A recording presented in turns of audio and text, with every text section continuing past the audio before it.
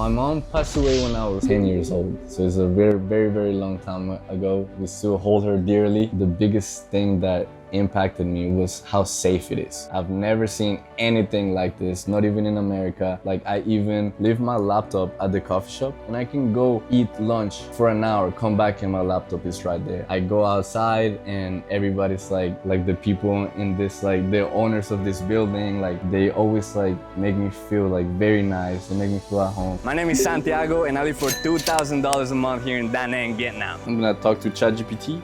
I'm like, ChatGPT, please make something that only takes me 5 minutes and makes me $1 million. It all works here. I actually love driving here because it's intuitive. It's like you don't have to kind of wait for lights and stuff like that. It's like if you can go, you can go, and people would just let you go. And yeah, I feel way more free here financially. Does Vietnam give me peace of mind? 100%. Advice that I would give to people is to... So my name is Santiago Ramirez. I'm 29 years old, and my occupation is a tech kind of AI endeavor. I've been living here almost exactly 1 year, so about 11 months. After staying about 3 months all over the place, one of my friends found this building, and then we came to check out the views, and the price was really affordable as well. So I just fell in love with it, and they're very chill. Like the owner of the place is like super nice. Everybody here is like very welcoming, I would say. Rent is amazing. You know, in America I was paying like almost $2,000 for a place like in the middle of like a suburb in the middle of nowhere. And now I'm like paying like crazy, almost 10 times less for something that is like in the middle of the whole happening. What made me leave America? So I would say the biggest thing, I remember the exact part actually. I was with my ex-girlfriend and I wanted to do like a fun date. So then I go out and then I get me my 2 pieces of really good steak, and then I get some very nice cheese and avocado because that's what I love to eat. And then just for those 2, like a pair of steaks, a pair of cheese, and a pair of avocado, I paid like $120. And to me, I was like, I don't think this is right. Like, it feels weird, you know, it's just too much. I work like, yeah, I earn like $40, $30 an hour, but it's still like, I just worked like 4 hours for this. It didn't seem right. And America was just like, I was feeling like I had no time. I was driving everywhere. I was spending a lot of times on my car. I've always had like a freelance kind of life. Like, even though I was in corporate, they gave me a lot of freedom. But even with that freedom, I always felt like I didn't have enough time for myself. Actually, no, that's one of the main reasons I moved, I would say. I was back there and I was working a corporate job. I was getting paid a lot more than I'm earning right now, actually, like 3 times as much. And my life was like nothing compared to this. You know, the only thing was that I was eating steak every day. But other than that, it's like no ocean, no like beautiful place, no beautiful like all the little things. For example, I would share something. Last week, we went to a VR with like on a double date with my best friend. And here we ended up paying for all of us like $30. And in America, that's like $80 per person. So it's like those little things, go-karts, all the little activities that usually, even if you have the money, you think about it because it's like, you know, it's like worth something. It's like worth your time. But here it's like worth so little of your time because things are very affordable. So I think I like that more. It's like I found myself exploring more here in Vietnam. I found myself like actually being open to doing things that I never really like even thought about before actually.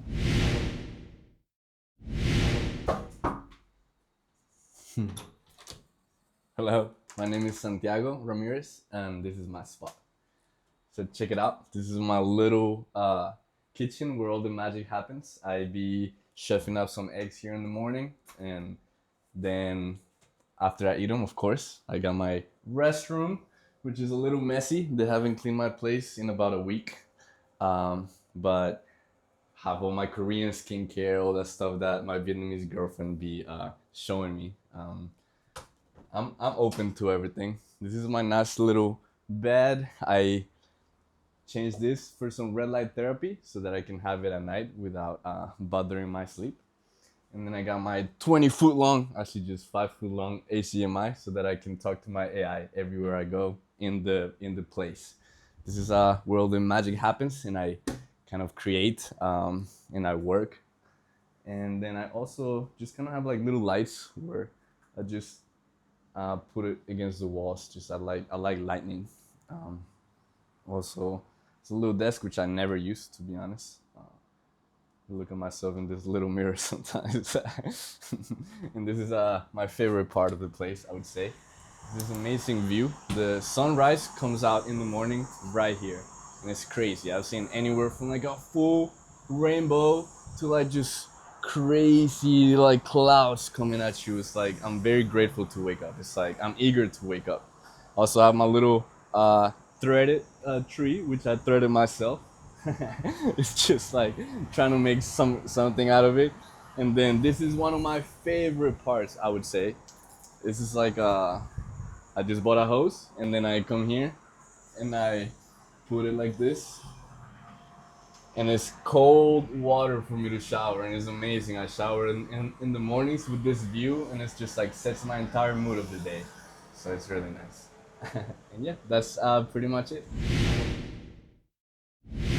I pay for rent about $300 plus about $80 per like all the services and stuff. So it's about $400 a month. It includes water, and that's it. The electricity and the internet is about $80. So yeah, 400 includes everything. My phone plan, I actually still have an American phone plan, but I shouldn't. So I get Viatel sometimes. It's about 200 VND. Just like $10. Actually, I do go to Megamart for like my basics. I get 150 eggs because that's the way that I kind of can keep my protein consistent while traveling.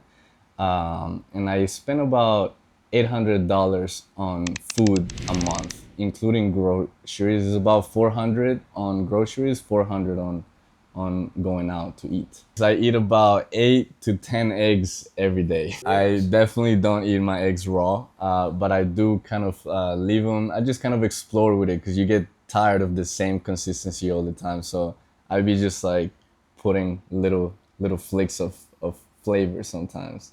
But usually scrambled because I hate the white part. That I don't really do anything other than eat out. That's the thing. But I would say on entertainment, it's not more than $100 a month. Yeah, so it kind of depends on my budget because right now I'm like kickstarting businesses. I'm like kind of working with my current budget, and it changes every month. But it's anywhere from $500 to $1,000 a month eating out. Yeah, because I love my proteins, and the best protein that I can get here is buffalo. So I usually get about 450 grams of buffalo, and I pay about $20. So that's like what I want to eat every day ideally. So when I do have a good paycheck, that's what I'm eating, just $20 every single day. When I have to kind of adjust because my paycheck isn't that big and I have to like spend money on other stuff, then I'd be eating like local food and kind of just like making it work with like $10 a day. I love the gym as well. And I go to this like the nicest gym I would say in terms of amenities, and I spend there. I paid $40 a month for 6 month contract, so it's really nice. And that's my goal. My goal is to like increase muscle, build lean muscle, while also keeping my energy focused and clear. That's why I don't really eat many carbs. I just like to be like kind of my stomach empty so I can think clearly. I rented a couple of small bikes when I got here, like the tiny ones. It was super fun. But then I decided to buy one. I bought old but kind of like modded bike. It's a cool bike. I got it for like $900 in gas a month. Yeah, that's a good thing. It's about $5 a week, I would say. I would say my prime month I would spend about $2,000. So I don't use Grab for transportation. I usually just do InDrive because it's actually always like half as much or even more than Grab. So it's very affordable because when it's really hot, I just don't want to ride my bike to the gym. And it's kind of far actually. It's like 20 minutes away.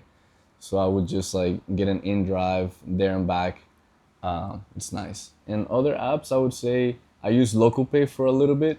But then once I realized the banking situation, bank to bank, I never looked back. So whenever things are cheaper, you end up spending more to compensate, like unconsciously. So at first, I feel like I was going, for example, on the weekends, I was going to bars, and I was going to crazy bars, paying 80, $100 for one night, like of drinks. And then I realized later, I was like, wow, that's a lot of money, you know. So I think the nightlife can get expensive if you like to drink. Yeah, so originally I'm from Colombia, Bogota, Colombia. But when I was 14 years old, I moved to Houston, Texas. And ever since I was there, half of my life in Bogota, half of my life in Houston. So my daily routine back home was I would wake up, I would cook my 10 eggs, I would do some, actually there I did steaks in the morning as well. And then I would go to work for about 4 hours. Then I'll come back. I would just kind of listen to music, relax. I was actually smoking weed in America, and that was kind of the way that I escaped. That it was cheap escape, you know. When I moved to Asia, it was something that it was so easily dropped because the escape was the lifestyle itself here. When I was smoking, it's about a gram a day, always. So yeah, it's about 30 grams a month, I would say. Not once I found out this new truth. Before, I didn't have a comparison point. When once I saw this, it's almost impossible for me to go back, I would say. After I arrived to Vietnam, the biggest things, this is my first time leaving the Americas, you know, North and South. So when I came out here to Vietnam, the biggest thing that impacted me was how safe it is. I've never seen anything like this, not even in America. Like I even leave my laptop at the coffee shop and I can go eat lunch for an hour, come back and my laptop is right there. I even leave anything that I leave outside. I leave my bike with the keys outside and the helmet outside all night long, and it's still there the next day. So it's I still can't fully comprehend. I don't know if it's only the Nang, but this that I've experienced here, like the safety and the wholesomeness of the people. I think those are the biggest things that I was just like, what is going on here? I go outside and everybody's like the people in this, like the owners of this building, like they always like make me feel like very nice. They make me feel at home. Like the other day, like the grandpa of the building, like he's like watching the Colombian game. He's like, come watch. He doesn't speak any English whatsoever, but we're just like vibing out of energy, you know? So those things. Also, anywhere I go outside and I talk to them, it's always a good experience. I would say the biggest challenge is the language barrier, because I love to, when I travel to places, to really understand the place, I like to talk to the locals, you know, because it's really hard to understand something when you don't talk to someone who's experiencing like different like aspects of the life. So I think that it's a little alienating for Vietnam, and I'm trying really hard, but the language is tough. The biggest surprise is how different it is when you first come here as to when you are like just more accustomed to the place. So at first it's like I got this bigger place and I was paying like almost $700 a month, and it was bigger, but it wasn't like as nice. Didn't feel like I was really experiencing like the quality that Da Nang had to offer. But then after I got to experience, I got to see which areas I like and the prices, the real prices of the areas, then it was way better actually. I was able to move to where I wanted. I was able to actually spend the money, actually give like the right value to the money. You know, at first I didn't know what the value of the money was. It's really hard coming from America. Things are super expensive. You come here, even just a little less seems good. But then after some time you realize like it's actually could be way better if you just understand how to move. What shocked me the most after leaving America, I would say just life overall. How, first of all, yeah, I don't want to get much into like ideologies, but I was very like I didn't understand what socialist place would be, you know, because I'm always from like a capitalistic kind of side. So coming here made me understand how this also works, and not necessarily that it will work back home. I think the diversity of ideologies is important for the world to like be better. You know, I think we need a sometimes of a like a comparison. You know, so I think it's good to have a diversity of ideology.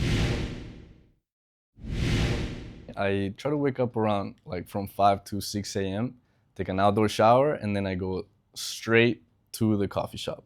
Then at the coffee shop, I get like the most delicious cold brews that I've ever tried in my life. And then I just like code for the next like 5 to 7 hours. Then after that, I get home, I eat my eggs because I'm starving at this point. And then from here, I just kind of go to the gym. I like the gym. And then I stay there like 2 hours because I like to relax as well afterwards, sauna. And that gives me the motivation to come back home and tackle like my next project. If I don't go to the gym, I have no energy to keep working. So that's like the way to renew my brain.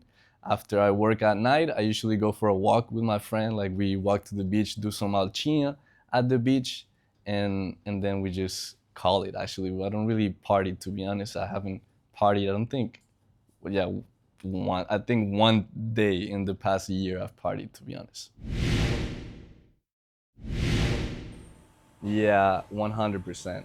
I believe it was after the first month, because the first month was a little like very different. I wasn't like understanding fully the place. I felt like alienated from everybody. I didn't have uh, many friends actually, and my best friend left to Bali, so I was alone here for about a month, and that month was like when I was like, is this really the place? And after the month was when I found like the right people, I found the right places that I wanted to go, and after that, that was a no-brainer. But I think the people is very important.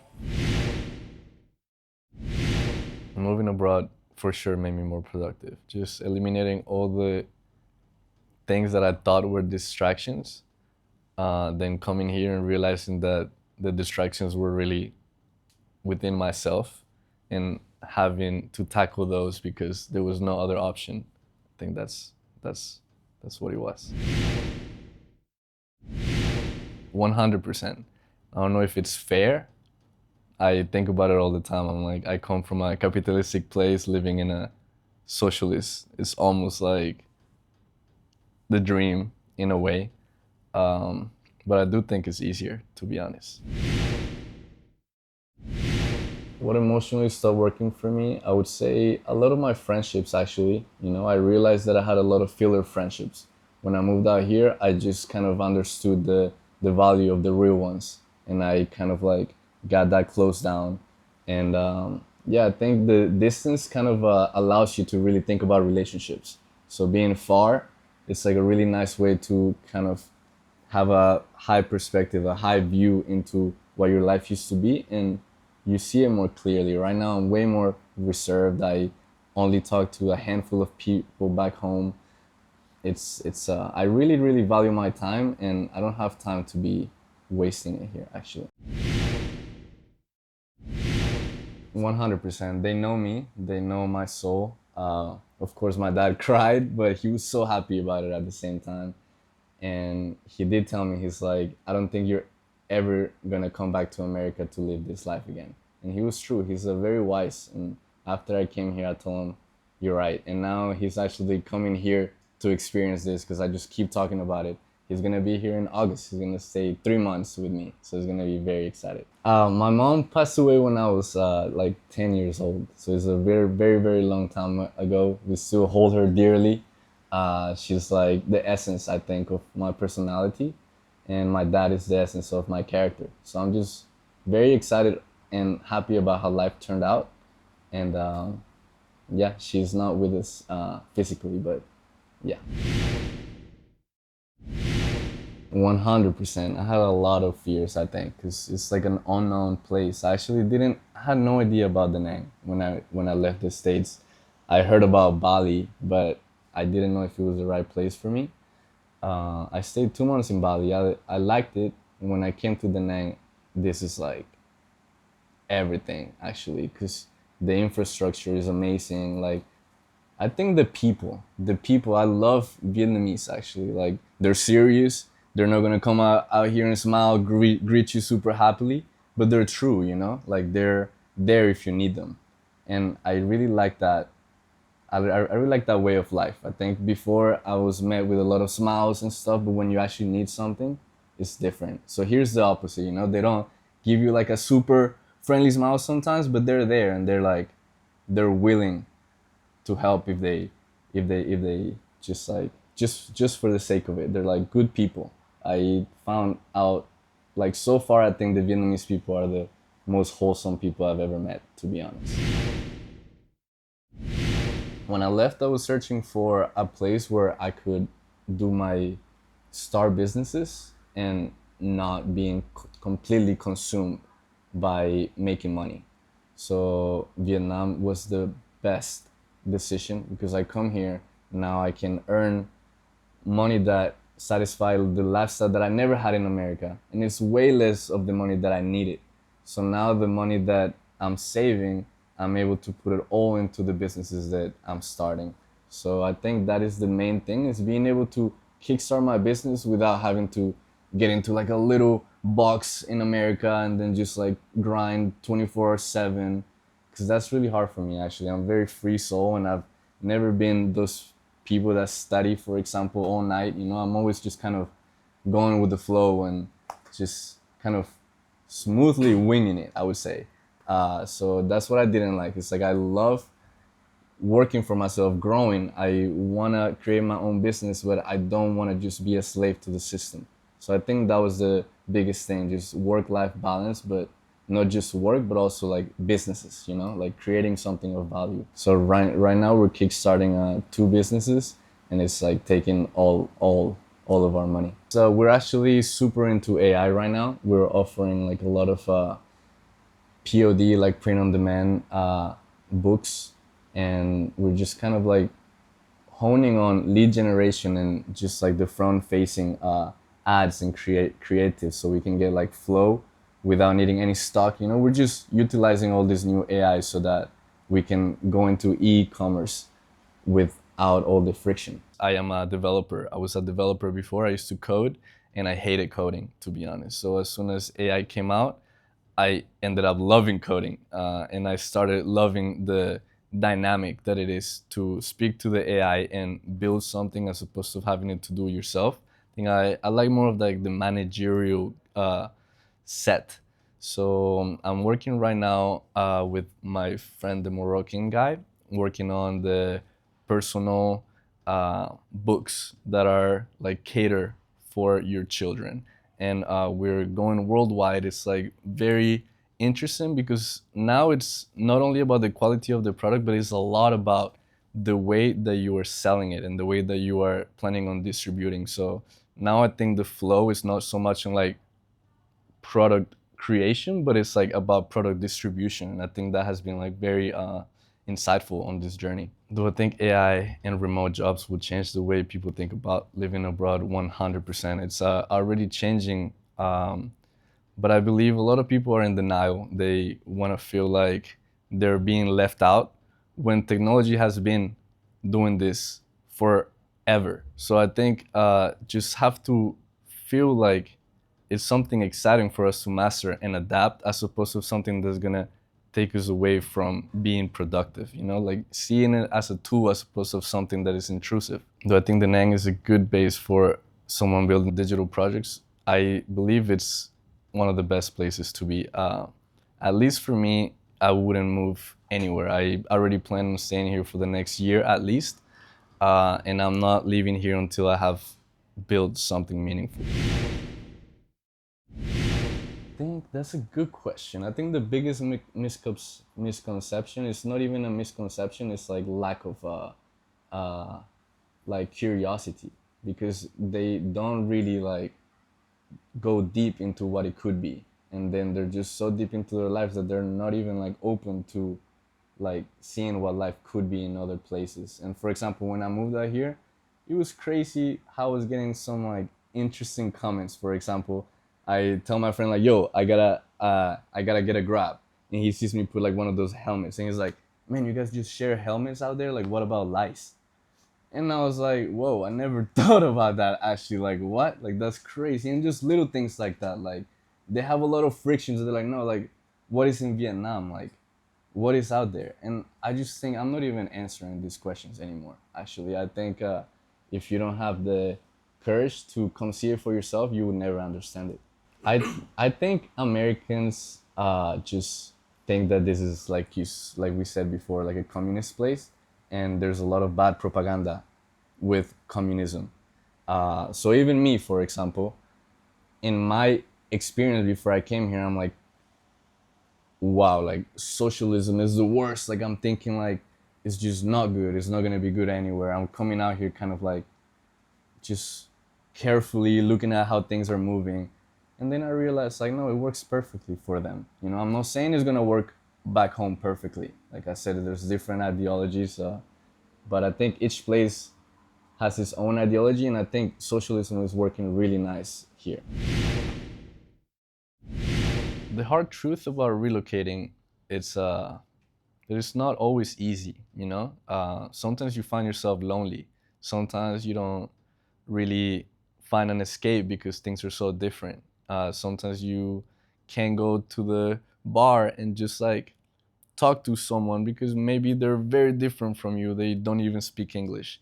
I think that way of being alienated from the environment is hard, and it takes a lot of courage to get through. But I feel like once you're able to show yourself and like also not forcing it, right? Like if you don't vibe with someone, don't force it. And because when you force a relationship, you're like blocking other relationships that could be better. So that's something that was like my philosophy of life, like not forcing relationships. Like they always come when they're needed, and if you don't feel it, just let it go because something else will be there that's gonna be more real. Yeah, the most important part I learned about myself, I believe, is the resilience of humans. Like no matter what or where you're at, you will find a place for you if you like try, if you like this, if you're like open. And I feel like no matter what, wherever you go, like you will find a place. But the place, the environment also has to help you and empower you so that you have time, because time is the most valuable asset that we have. And I think like in America it's like crazy, time was flying by. Actually, I think when I moved from Colombia to America, the days felt like they were cut in half. Like in America we're going crazy fast, and then when I moved here, it's like this past year I feel like I've lived lifetimes like in just 1 year. It's crazy. I remember almost every experience. Like it's very very meaningful. Definitely. I found myself on my birthday last year, and it was really cool because I'm not a big like flashy guy. I don't like telling people my personal things that much if I don't know you. And I made like recent friends for like 2 weeks, and they were a group of five. It was like a Colombian girl who was really cool, and then it was three Azerbaijani guys and one Moroccan, and we were all together. And my birthday was gonna be on midnight, and then I tell the guys like 5 minutes before midnight, I'm like, guys, actually don't make a big deal about it, but my birthday's in 5 minutes. And then in 5 minutes, these guys just went, got me a cake, some candles, and then at midnight, I'm like singing happy birthday with people who actually cared about me. And it was super nice. I still made a very close relationship with them. And I realized that it's all about exposure. You know, maybe you think that what you have right now is irreplaceable or it's like the best that you can, but you really don't know until you experience and like you see what could be, you know, like the potential of life. Yeah, I do believe environment is very strongly correlated with the behavior and like the thought patterns that happen. So I think whenever I change environments, which by the way, this is a completely different environment. It's nothing like what I've ever seen before. So coming out here just completely allow me to really feel grounded and like not feel like I'm in a hurry anymore. And when I don't feel like I'm in a hurry, I end up being more creative and actually doing things more peacefully. And when I do things more peacefully, I've seen that they come out to be better. And so far, it's been like night and day difference from. The advice that I would give to people is to come here with an open mind, to be humble, and to experience like life through the eyes of the people and respecting their culture.